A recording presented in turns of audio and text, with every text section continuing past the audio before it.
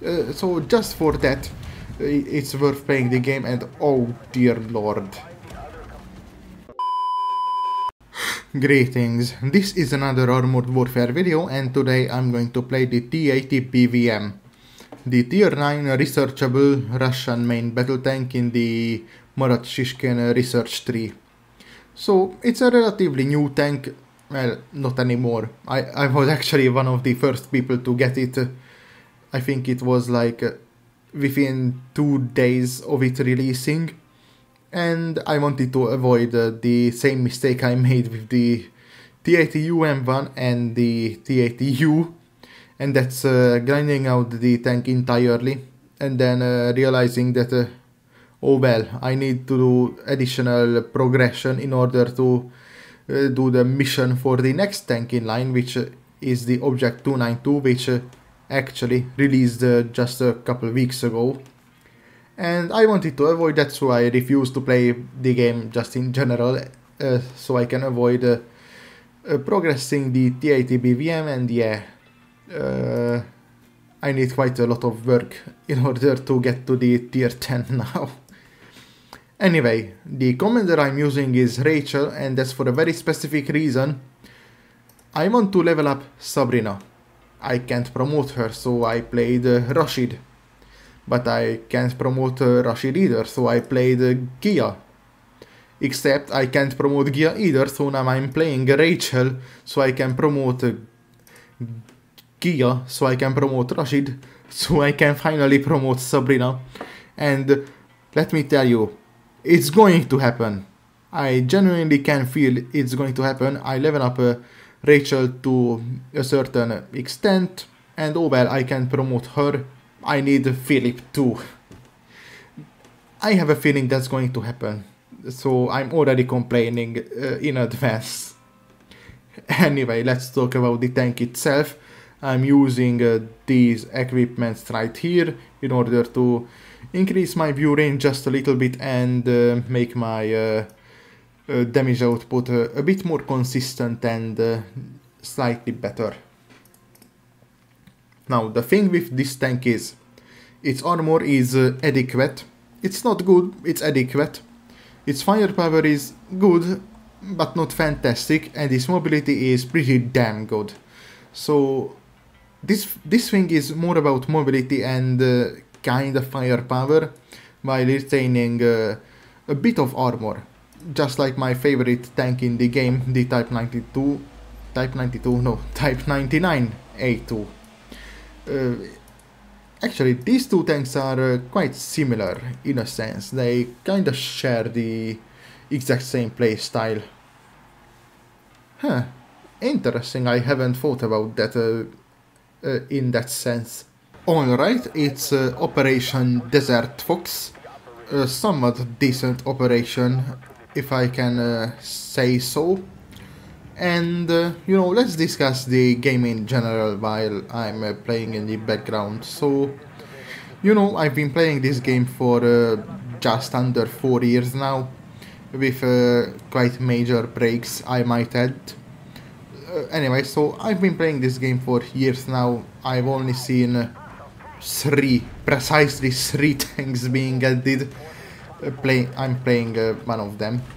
And well, by the time being in the tech trees, we have received a shit ton of premiums. But I mean, that's excusable, you gotta keep the game alive somehow.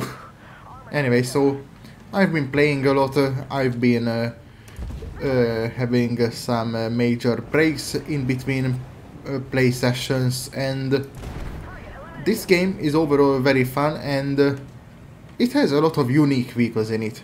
Like the KF-51, you cannot play that in War Thunder, so this is pretty much the only game where you can play it.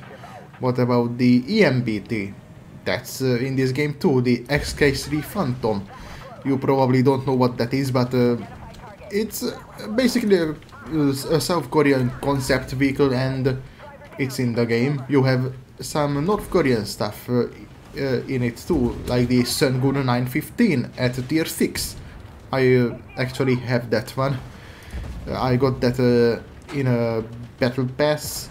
Like, you can spend the battle pass coins on actually, I don't even remember how I got it, but there's like a little shop thing, and you can spend battle pass coins in there, and I think there are tanks occasionally up for sale there.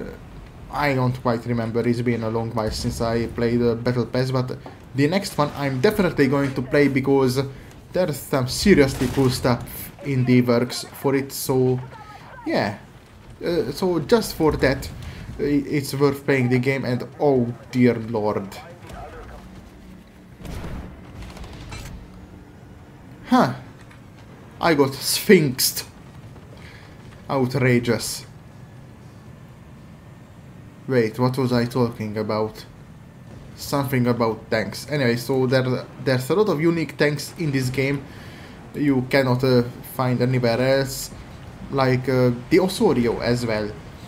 So just for that, the novelty of you not being able to play these tanks anywhere else, that's I think worth considering when downloading this game and trying out. It's legitimately an awesome thing that this game has so many weird prototype tanks, or just tanks in general you can't play anywhere else. It adds to the unique identity of this game, I think. And is definitely a huge positive. Another thing I want to mention is that the progression, we haven't received a lot of new tanks in the tech trees, but that's not exactly a bad thing because you already have such an insane amount of grinding through if you want to unlock everything. Like the tier 9 M1 TTB, that's literally just there to be a free experience sink. That's literally the whole purpose of the vehicle, and it's a really good vehicle. It's basically a tier 10 at tier 9. It's actually an insane vehicle, but you need 5.5 million experience to get everything for it. That's actually disgusting. That's not even disgusting, that's abhorrent. Straight up. For a tier 9. But yeah, it's an interesting challenge. And you have also several tier 10s which are requiring you to grind quite a lot for, like the K2 Black Panther. I actually have that one. I have 3.5 million experience grinded out on it, and I'm still just over halfway through the progression on that thing, mainly because of that damn engine that costs 2 million research points. That adds a lot of grind to that vehicle, but otherwise I think I have the majority of modules. Anyway, so you can have a challenge where you progress through the entire tech trees. That will take you a long while, and you get pretty damn interesting vehicles you probably won't see in the near future in War Thunder. You will eventually see them, but not for now. So unique vehicles and a progression plan, that's what I have talked about already. And you know, I'm playing the PvE game mode, and the PvE game mode is actually super fun. You saw that I didn't pay full attention and I got annihilated by a Sphinx. Also a vehicle you cannot play in War Thunder, just saying. And these bots are not stupid. I mean, they are bad but not stupid. They are like bad players in PvP.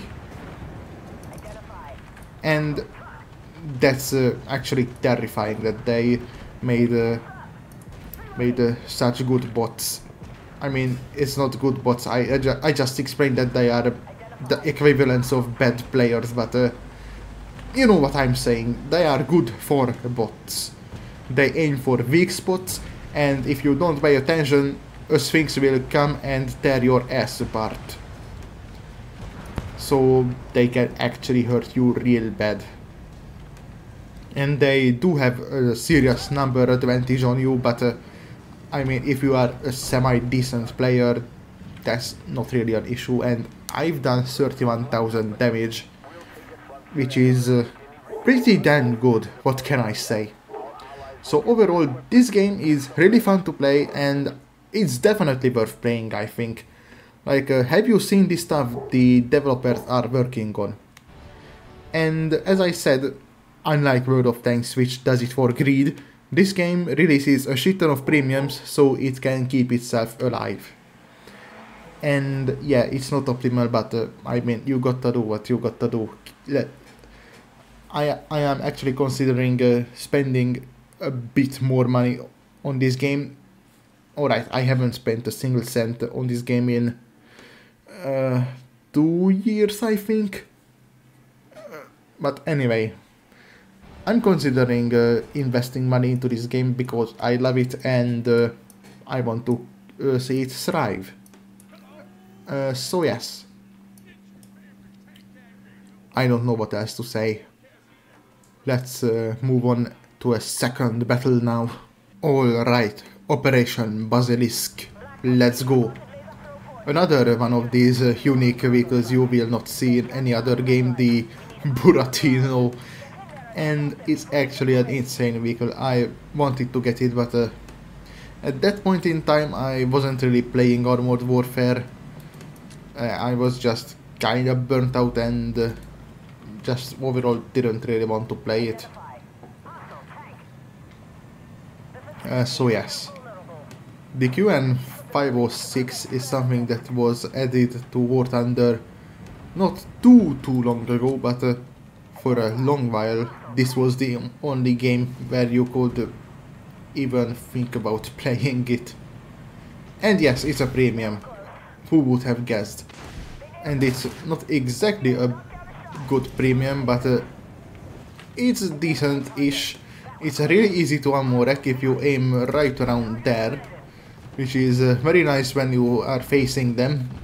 I don't actually own that thing, so I cannot comment on whether or not it's convenient to have when playing it. But the Bradley in this game is also insane because of that autocannon. I can say that with full confidence since I own that thing. So yes, Wilk XC8.